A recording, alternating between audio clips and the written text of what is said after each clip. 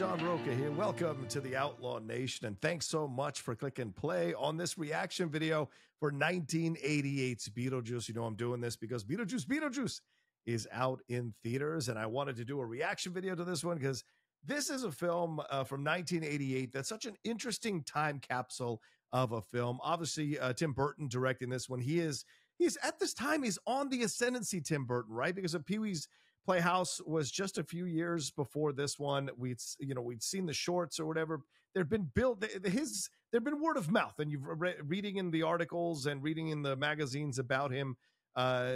This was a guy who was on the come up, but a lot of the actors involved in this one were also on the come up. Michael Keaton, who had kind of established himself through the 80s as well. If we look at his resume around this time, he had done some some guilty pleasure movies, some good movies that people love from the 1980s. For those you remember it, Night Shift, Mr. Mob, Johnny Dangerously, which is one of the most quotable films ever. Gung Ho, people really liked.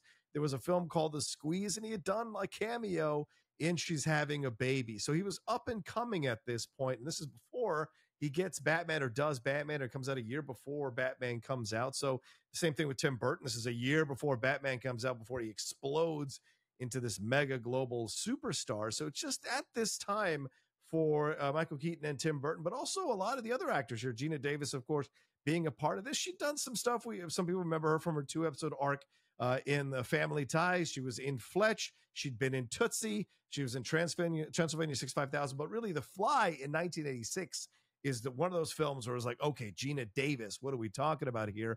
And then there's nothing for 2 years until Beetlejuice. And after Beetlejuice, we really see her start to take off and go into the 90s with Thelma and Louise, League of Their Own. So this is also someone who is just on the come up. And look at Alec Baldwin around this time. Baldwin had done some stuff. He'd done soap opera. He'd been on Knots Landing for 40 episodes. Some people might be surprised to know that about Alec Baldwin, but he hadn't really done much. There was a film called Forever Lulu, some TV movie called The Alamo. He had a cameo, and he had a role in She's Having a Baby, being Kevin Bacon's foil, or antagonist / best friend in the movie, but also not really a name just yet. Oh, he had been becoming a name in the theater side, but not really the movie side. And then boom, here he is with Gina Davis in Beetlejuice. Winona Ryder is someone who'd been coming up as well through the 1980s with Lucas, and then Beetlejuice. Beetlejuice is the big thing that kind of launches Winona Ryder as well, because from there it's Heathers, and then Great Balls of Fire, Welcome Home, Roxy Carmichael, Edward Scissorhands, Mermaid. So she goes in to become a big star in the 90s as well. Catherine Hara, coming out of SCTV, she was well known in those circles as a comedian, but hadn't really done much. This is before Home Alone.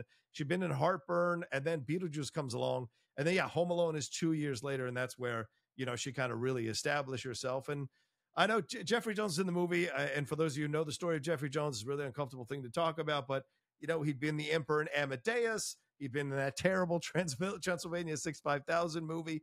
But of course, Ferris Bueller's Day Off is where you really got to know Jeffrey Jones, and then Howard the Duck. And then eventually finds himself in Beetlejuice in 1988. So these are the actors and the director that are all basically on the come up, still establishing their names before they become really well known for the most part around the world. So it's an interesting time capsule of a movie, and an unusual movie in the 1980s when there were so many different types of movies that were out, so many different types of films from different types of genre that were crossing over into the mainstream, and that a lot of people were giving some love to and giving a chance to. And this one was a fantastic film that certainly made a lot of money and established all of them right before they jumped into massive superstardom. So I'm going to be curious to see this movie again after so long. It's been a very, very long since I've seen it. So there's a lot that was probably going to be new to me when I watch it. But I'm excited to dive back into the world of Beetlejuice here, with the sequel coming out very soon, or is out, I guess, by the time you guys watch this reaction video. So, but before I start, I just want to remind you all to please subscribe to the channel down below and hit that bell button. We appreciate your support here. We're trying to get to 50,000 subscribers, trying to do more content, different content here to kind of encourage you all to subscribe to the channel down below. So, all right, well, let's not waste any time. Let's bring up Beetlejuice here, and let's take a look at this one from 1988 here from director Tim Burton, starring Michael Keaton, Winona Ryder, Catherine O'Hara, Alec Baldwin, Gina Davis, and Jeffrey Jones. Here we go. 3, 2, 1, go. That's for my patrons and for everybody else. Here we go. Updated version of Deo. Oh, listen to that ominous beat, letting you know exactly what we're up for. I guess I'd forgotten how much it kind of teases you of what it is. Oh yeah, there it is. Dun, dun, dun, dun, dun, dun, dun. Coming out of the woods into this little town, and I love the ghost font there behind the little bright ghosts feeling that it evokes, you know. Oh yeah, Robert Goulet's in this one. That's right, and Dick Cavett. Yes, I remember they were a big deal in the '80s and the '70s, y'all. And Michael's Beetlejuice. Oh, there's a space between the E and J. So is he Beetle Space Juice or is he Beetlejuice? This has been something to consider in years since. Yeah, look at this little thing. Oh, that's right. Danny Elfman did the score for this one. That's right. I sometimes forget what Danny's been on. Of course, with Tim Burton, he's been on a lot of things. So, yeah. That ominous house on the hill. Very similar to what we're going to see in Edward Scissorhands, the house on the hill type of thing. And look, this is like a miniature, right? That's a big fella. Whoa. It's such an unusual role for Baldwin at this time because Baldwin's a pretty badass guy. So playing this character who's a little like, you know, kind of in awe of the world, so to speak, it's an interesting role for him to play. We get some Harry Belafonte right off the bat here, just giving you the energy and the vibe of this. To keep it kind of light, but still have the stakes in it. Oh, it's Gina. Look how young she is. Oh, my God. Happy vacation. Looks like a baby. That's great. So you're getting a good sample of the love here between them and the genuine affection they have for each other and how much they enjoy each other's company. The dress, though. $60,000. No, it's 6:45 in the morning. This offer is real. 6:45? They look like that at 6:45? Oh, interesting. Okay, so we get an allusion to the fact that she can't have kids. Either him or her. It seems like it's probably her. Yeah, another Harry Belafonte song. I don't remember Harry being such a big part of this film. Oh my God, Jane. No. Oh, realtors. It's a hell of a job, but it's a lot of work, I imagine. Now it's the first shot of the house, right? It's the first shot of the house. It is a massive house. Like I see what Jane is saying. Like it is a massive house. But of course, this is the 1980s, right? These are a lot of the baby boomers. Jane says we should sell the house to someone with a family.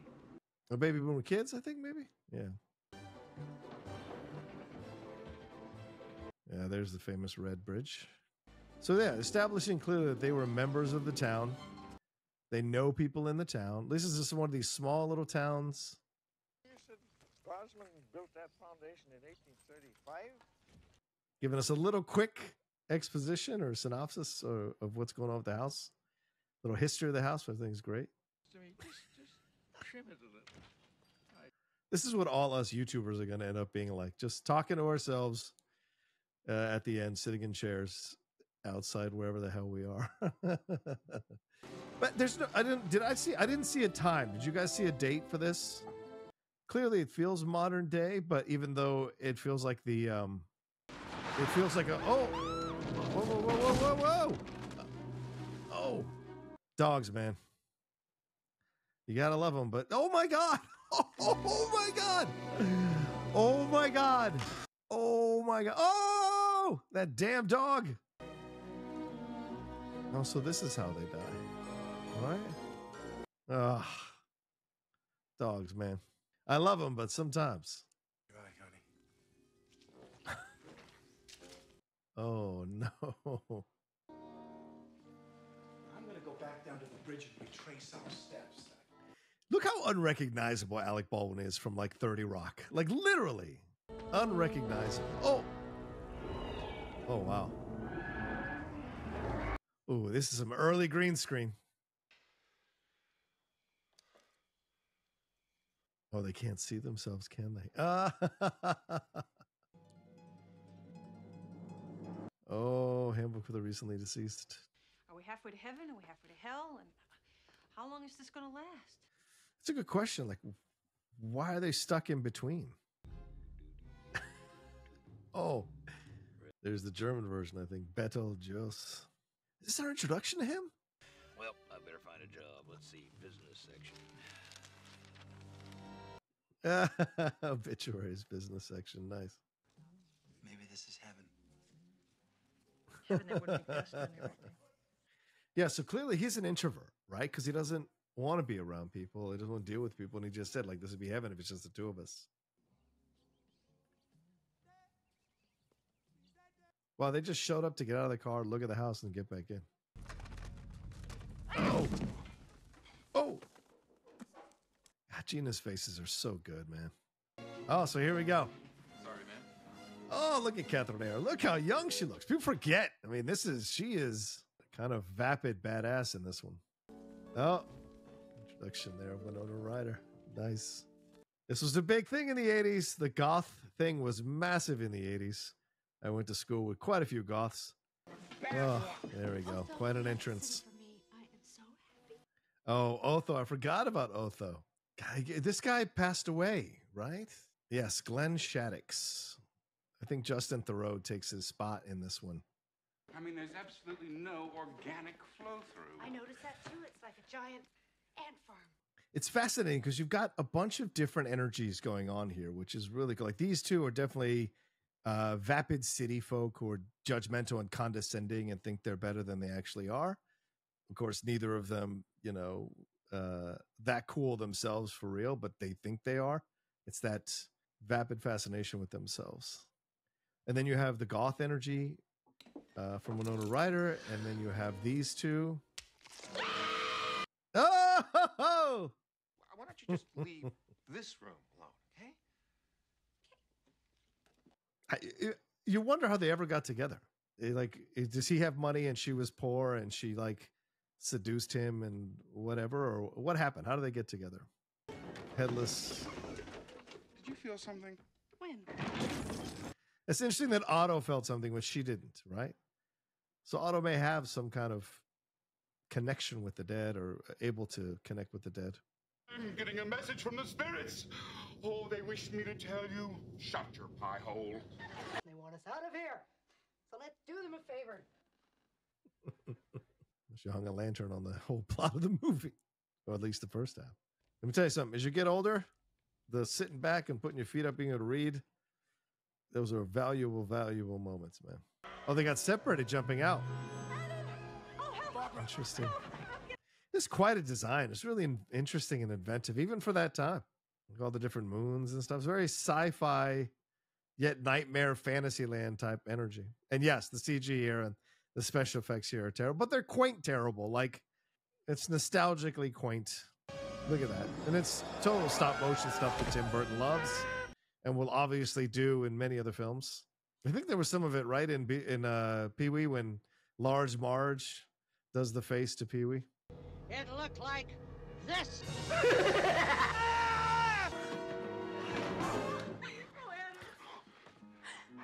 So this is good. So we're establishing areas. Like the house is a safe space for them, but they can't control what these people. Oh my God! Look at this. Oh my God. I forget how. Goths. Oh, the world is so terrible. Yeah. So clearly she was a social climber. Catherine O'Hara. And maybe Jeffrey Jones was climbing the thing, but wanted to kind of be on his own eventually when he saw how vapid everything was. And then you have Lydia rebelling here with her goth phase. Not to call it into question, obviously. Wow. Furniture barn. So they're essentially turning the house into an art piece. It's funny that her sculptures are very reminiscent. Oh, here we go, Beetlejuice. I love he puts his ad in the book. What are we, 20 minutes into the movie? No, a little bit over 20 minutes into the 23 minutes into the movie. And we are getting closer to the Beetlejuice appearance. We've established everybody very strongly. And we had a hint of Beetlejuice there from behind in the dark. But clearly we know what's going on now. We've established the worlds. We've established the areas. And so now we're going to have some shocking stuff happened. And certainly that's a harbinger. That sculpture going through the window is a harbinger of Beetlejuice and what he's going to do to everything. And Lydia, ever the observer, is just sitting outside of it. Oh, right. She sees them. That's right. Hi, how are How are you? I'm Jane. I'm the realtor. Why does Jane's daughter look familiar? She looks like, oh man, looks just like Jane. Rachel Middleman. Yeah, I don't, oh, that's the only thing she did. Okay, man. So Annie McEnroe is Jane Butterfield. I don't know her from much of anything else. She was in The Doors, Born on the 4th of July, Josh and Sam, and then Wall Street Money Never Sleeps. Okay. Oh, here we go. The Beetlejuice. Yoo! A commercial. Love it. Now, for some of you who didn't grow up in the 80s, commercials like this were standard, especially those who lived in New York. You know, Crazy Eddie's and this kind of local commercial was standard.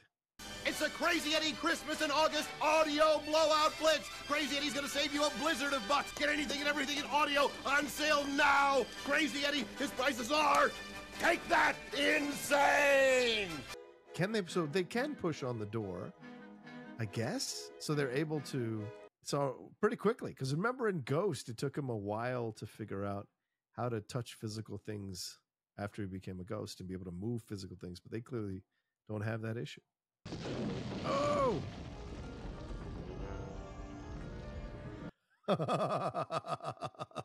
Ah, the green light.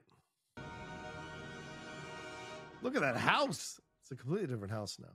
Oh, of course, the National Geographics. Of course, those yellow magazines up there. Oh my God, we used to have those. And the Encyclopedia Britannica, a collection of those. Oh yeah, the Audubon Birds of America book. You see that in every library. Nice building. Bad roof. Good parking. So maybe he was a developer. Maybe that's a hint that he was a developer in New York. Oh, this is absolutely a Tim Burton. Like, this is Tim Burton's fantasy to create this kind of stuff. He must have had so much fun just creating all of these characters and all these situations. For Juno, your caseworker. I think this is Patrice Martinez, who was Carmen in the Three Amigos, if you guys remember that. Oh, so she gets her hands on the handbook for the recently deceased. Oh, yeah. Smokey there. Oh, God, that's the one that stuck with me, along with the head shrink dude. I'm just calling him Smokey. I don't know what that character's name is. Oh, yeah, the head shrink dude is great. He has big eyes. Oh. She killed herself. Miss Argentina. Oh, yikes. I do not want to, this is not where I want to end up when I die. I do not want to be in Tim Burton's hellscape when I die. Fine, look fine. Yeah? Fine. Thanks, I've been feeling a little flat. So you just stay the body you are when you die. It's such a fucking unsettling truth. Oh my God, the guy who hung himself just hanging around. Oh, look at all of this. Wow. It really is amazing. The set design and the imagination of Tim Burton to create this. Production design, Bo Welch. Artist direction, Tom Duffield. It's fantastic. And set direction by Catherine Mann. Great stuff. Wow, it's full of what's-her-face's sculptures. Wait, are they back in their house? We're home. Huh. Look at this place. So they went to go get help, and they ended up right back where they started from. 3 months. Oh, there she is. This is the great Sylvia Sidney. This woman has been working since the 1920s at this point. 60 years of working. I wonder if Tim was a fan of hers from other stuff she'd seen growing up. Because she was in the Damien Omen too. Look how she's smoking through. So she was killed there. She had her throat cut. Oh, Beetlejuice was her assistant. Only way he can be brought back is by calling his name 3 times. So it's a little bit her fault for not helping them here in this moment. So again, we're almost 40 minutes into the movie. We still have not seen Beetlejuice, right? But he's being talked about. We've seen the commercial, but we haven't seen him like actually be a part of this movie just yet. It's called Beetlejuice, and that's what makes it incredible, is that it's a slow build to him finally showing up, which I think is smart. Less is more. Oh, a little Fly reference. I wonder if that was on purpose because Gina was in the movie.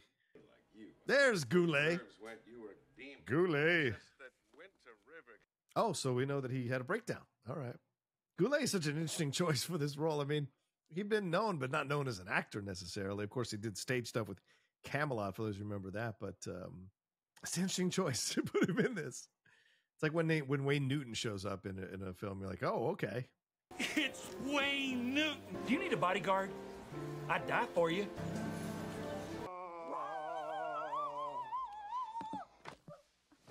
She clearly took one of those sleeping pills.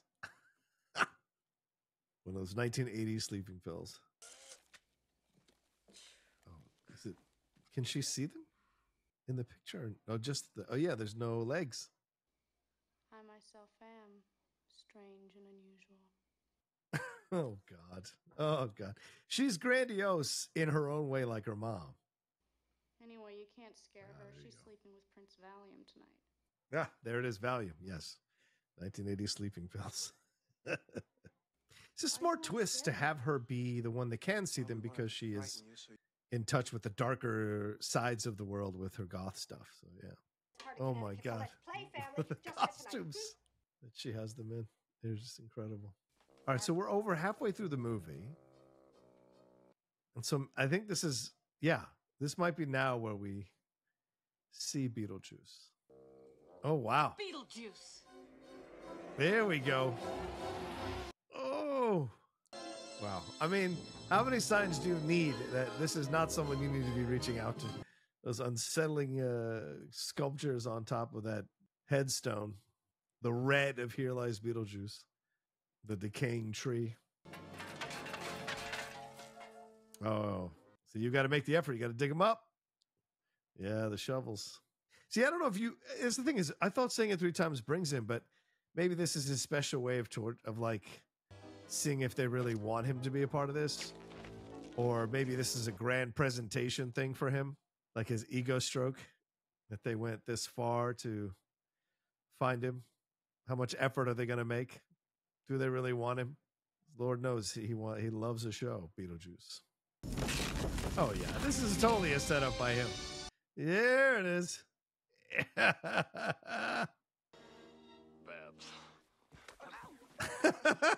Oh! Oh! Oh, I know they're asking me. Can it be scary? Look at that. We've been shopping the same store. Hey, Hermano. Oh, of course. Barbara, how did you? Oh, nice. She figured it out. See, we can do this. Oh, in a lot of ways, Besides, I'm not. Michael Keaton is like what Rob Williams did in Aladdin. Like all these different voices, all these different anachronistic things. That's it. 3. 1, 2, 3. No substitutions, exchanges, or refund. They all work in what he's doing, just like what Robin did. I watched Aladdin again the other day just for fun. It was on one of the channels, and I was like just marveling what Robin could do. And I guess Keaton, in a way, is doing the same kind of thing, but in a different format, different genre, different type of movie, but no less effective and hilarious. So? Oh, there's Dick Cavett. For those of you who don't know, Dick Cavett was a very famous talk show host in the 1970s and 80s. Had a lot of great people from those times on his shows. Fantastic conversations. So also an interesting choice, but does represent a bit of that elite snobbery. I was one of New York City's leading paranormal researchers. Ah, that's why Otto could feel. Oh! Is Beetlejuice already doing this?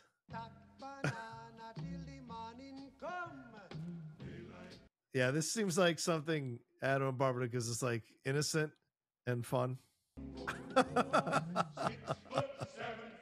This is great. And watching the rhythm of a majority white people here. Although Catherine is killing it, I gotta say. Jeffrey, not so much. They ask you how you are, you just have to say that you're fine when you're not really fine, but you just can't get into it. Catherine's the only one kicking ass. A beautiful bunch. All right. Oh, Dick Cavett. Yikes. Oh! So it was them. Okay. Why not? I think the reason is This is where Otto Clearly is assuming the prick role here. You are a flake. You have always been a Oh. flake. If you insist on frightening Wow. people, do it. Oh, Dick Cavett. Sick burn, bro.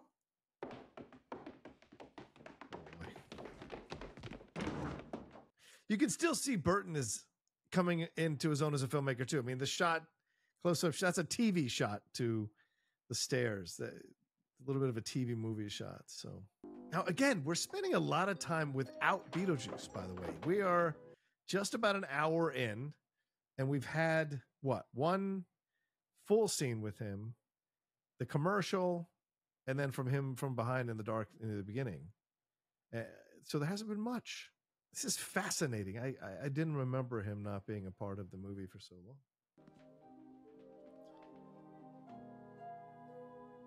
Oh, there it is. Of course, Otto would want that book. Oh, so now this is Beetlejuice getting involved, right? Oh. Oh! Yeah, this ain't no fucking Deo. This ain't no Banana Boat song. Oh! Oh! Let me tell you something. That is not a good experience. We come for your daughter, Chuck. Oh, yikes. So creepy. But again, just a quick Beetlejuice thing. A quick Beetlejuice thing. It's not long. It's not. I'm just giving you a tease, slowly but surely, of the powers and ferocity of this guy. I can deal with is that growling Poe's daughter. I think she understands me. You leave her alone, you. Let's see. Even an older Gina Davis than Lydia knows it's super creepy what this guy wants to do with a teenager.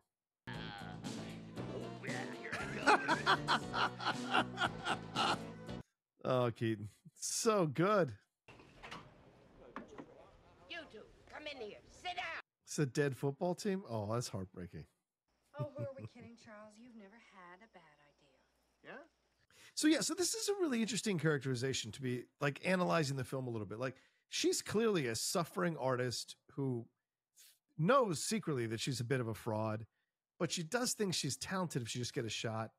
But like she always feels like she's inadequate when she's the company of people who are obviously more successful than her. She turns it over to Otto because Otto is, has his fake style and whatever to make it seem like he's something that he's not. Jeffrey Jones's character, clearly a very successful guy who's been able to make a lot of money, figuring out properties, whatever.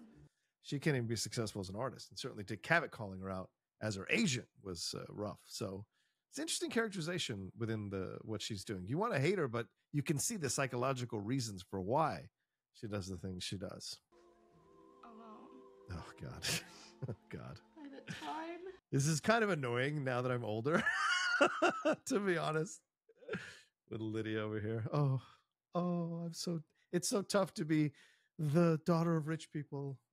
And they haven't really done anything terrible to her, to be honest. Like throughout the whole movie, they've let her alone to do whatever. They don't tell her to change her clothes or get a haircut or, stop being so depressing. Just that one dinner, like, be on your best behavior for our guests, Oh!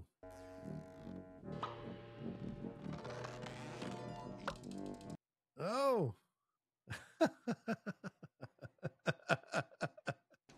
Coach? What? Oh, this guy. Survived that crash. Yeah, that guy's been in a number. He's a really good character actor. Are you a ghost too? I'm the ghost with the most, babe. Yes, great line. Did she not realize that he just scared her as the snake? Because if I tell you, you tell your friends are calling me on the horn all the time. I got to show up at shopping. Shopping centers. It was you, wasn't it? Me? The snake. No, what snake? There we go. She figures it out. Nice. I want to talk to Barbara. No, you don't need the Barbara. Just say it. This is great. He's so frustrated with her. Adam, I want to be with Lydia. And this is it. I want to be with Lydia. So that's interesting because, of course, earlier her and Jane had that exchange about them not essentially implying or you kind of letting you know in a subtle way that she can't have kids. He told me that if I let him out, he would take me to the other side to find you. No. Her Essentially, she doesn't like her parents. They want to have a child, or probably have always wanted to have a child. And so Lydia kind of can sub in for that, and they can sub in for her parents. Listen to her on this, Lydia. This is something we know a lot about. Wow, this is quiet little commentary. You can read this as, you know, kind of a little bit of a saying to people like, hey, stay alive. Don't kill yourself. You know, the death is not better than being alive, you know. We're going to invite you and your family to stay. That's right, Lydia. Well, I don't know from guilt. I just want to see them. Yeah, Goulet brings an interesting energy too, coming in, like being like, hey, like I've put up with your nonsense. So you better show me what you say you've got. Excuse me. Oh, the dresses, right? The right. The wedding dress and the tuxedo. Of course, yes, the wedding clothes. I wonder how much of this is actually part of stuff that he's researched, or they just came up with this. The writers of the film here. Wonder, mad affright. Rise Oh. asunder man's delight. Whoa! Lizard, serpent fell, as goblin vizard. Wow. At the spell. It's so funny. They don't make a huge effort of connecting them, but you sense that connection, you know, even though they, as I said, they don't show a lot of scenes with her feeling this kind of motherly or maternal instinct with Lydia, but these two actors are so good that you believe it and you feel it. Do you think in that moment that he's like feeling guilty about this a little bit? It's interesting that we can't hear them speak to each other. What's happening to them? I don't know. Yeah, Otho, you fucked up, you dummy. That's enough now. Can you stop Oh. this? Yeah, see, Charles feels guilty now. Yeah, Otho, you utter moron. He probably did those things in the world of the movie. He probably did terrible shit to people all the time just to make himself feel better about himself, or make himself feel like he's done something. Oh boy. Oh boy. Beetlejuice. The way they built this is nice. Beetlejuice. Keaton's face. Yeah. Getting ready. Here we go, baby. It's showtime. Oh boy. What have you done now, Lydia? Museum of Natural Green, a monument to the boy businessman. Come on, little. Yeah. There's the commentary. See? Within this stuff, there's little commentary. Right? Making fun of the yuppies at the time in the 1980s. The people who chose commercialism and wealth over humanity. And these two certainly represented these vapid rich people. Oh! Where are you going, Otho? That is why I won't do too. This little Vegas intro is great. That's so Where you fast. going, Otho? We're gonna have some class. Get him, man.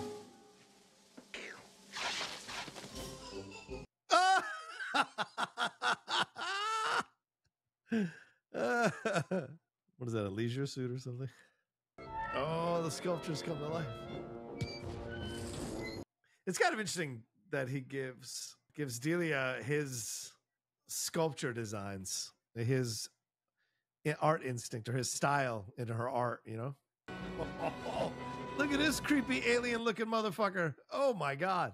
Yes, I love that man of mine. Beetlejuice. What's happening? Nice. Oh, Beetlejuice. yeah. Oh. How is Adam going to save the day here? Oh, the sandworms. Oh, no. I mean, can I tell you, Gina Davis's faces are fantastic in this movie. They could have easily been caricature or ridiculous, but there's such authenticity in what she's doing. Oh!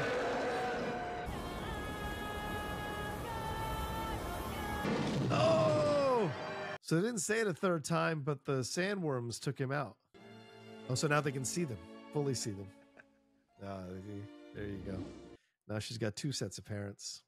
Oh, look at her. No longer a goth. Now friends with all the girls at the school for girls. She's a happier person now. I suppose. Look how young Baldwin is, man. All the stuff to come with him. Oh.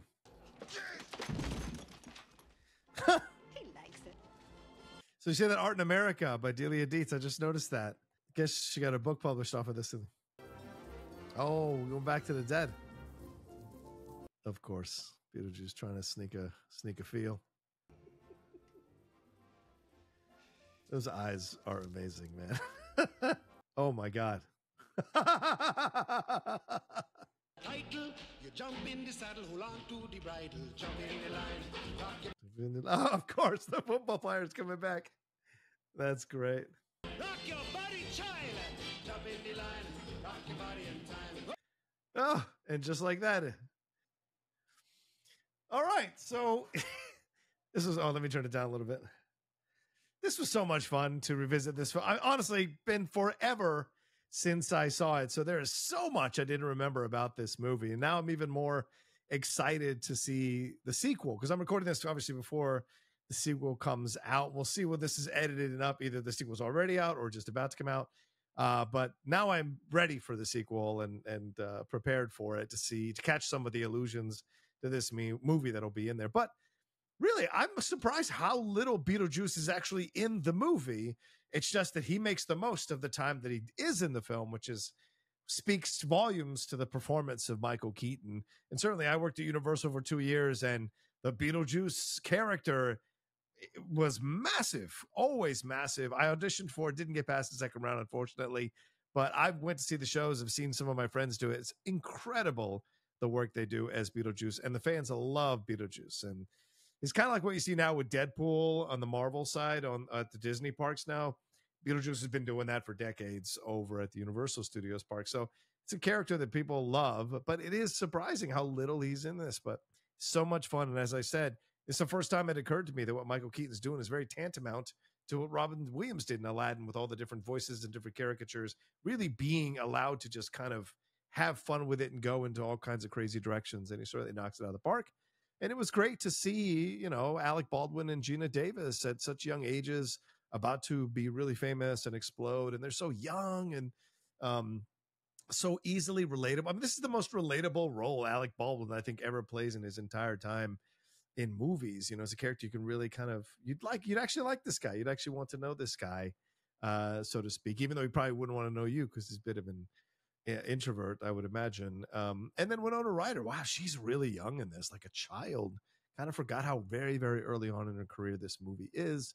And of course, it'd be fun to see what she's going to do in the sequel, but it was great to see her kind of get reacquainted with that time. But also, just kind of questions about some of the character work. We're just handed certain things and we're not really explained why. It's not really explained why people feel the way they feel, but like it's up to us to pick it up from little cues in their interactions and moments and what have you, the relationships and the issues with the relationships. And I thought Catherine O'Hara is fantastic here as the stereotypical 1980s kind of vapid social climbing person, but who actually is super insecure, which is why she's doing the things that she does. So that was great to see. And Jeffrey Jones, look, I know all the things that happened with him off camera, and it's really uncomfortable and unsettling and sad, but and tragic rather, because of the things he did. But he's great here, and he's so much fun and easily likable guy as well. Otho is great in the film as well. And all the other character actors that are a part of this, and Goulet Cabot, everybody else who's part of this, is so much fun. But the world, the atmosphere, the set design, the music from Danny Elfman, and the script here. Oh, I should give some love to the writers. I'm sorry I didn't give much love to Michael McDowell and Larry Wilson, and Michael McDowell, who did the story, and Michael McDowell and Warren Scarron, who did the screenplay. But just so much fun to go back into this world. And I thought the script was tight. There's not a lot of wasted time. It's only a 90-minute film, but what a fun film to go back and revisit and enjoy, and really kind of savor the performances and the humor and the comedy and the special effects. And it's nostalgic special effects. This was kind of exciting special effects at the time, like Harryhausen stop motion type of illusions, but also some of the vision of Tim Burton, his world. We hadn't quite seen something like that on screen ever. And so it was very unique to kind of be introduced to it at that time when it came out in the 1980s. So yeah, so much fun to revisit this one. What'd you think? Do you like this movie? Do you enjoy the film? Did you enjoy my reactions to it? Did you watch along with it? Let me know what you thought about this film, what you think about this film, and why you love the film. For those of you who love the film, if anybody you don't like the film, which I don't think is that many people, let me know why you don't like it either. Down in the comment section below, you love the film and why, and if you don't like the film, why you don't like the film, and what it's like if some of you've gone back to rewatch the film in preparation for the sequel. What stood out to you? What made sense to you, and what did you catch that you didn't catch before?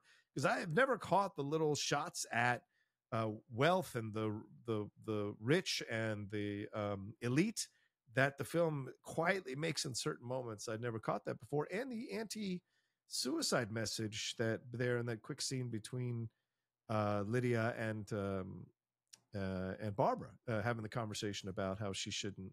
It's not better in death. It's not better to go there. Just because you have a tough time in life, this shouldn't be an option for you. And of course, as someone who suffers my own mental health, no denigration of that. It's just a matter of like saying, hey, it can be better in life, and certainly we see her by the end. She's much happier because she's loved and she feels loved, at least by the Dietzes. And then, of course, by her biological parent, or not biological stepmother and biological father there in doses. So yeah, it's a good thing, good ending. So with all the darkness and sadness, there's still a lot of humor throughout the whole movie that I think is fun to see. So yeah, let me know what you thought about it all down in the comments section below. Thanks for watching this reaction video. Appreciate it madly. You guys are awesome. Thanks for being part of the Outlaw Nation. Make sure you subscribe, and I'll talk to you next time with another brand new reaction video here on the Outlaw Nation. Enjoy Beetlejuice. Thanks so much for watching this video. Please make sure to like, comment, share, and subscribe for more content from the Outlaw Nation.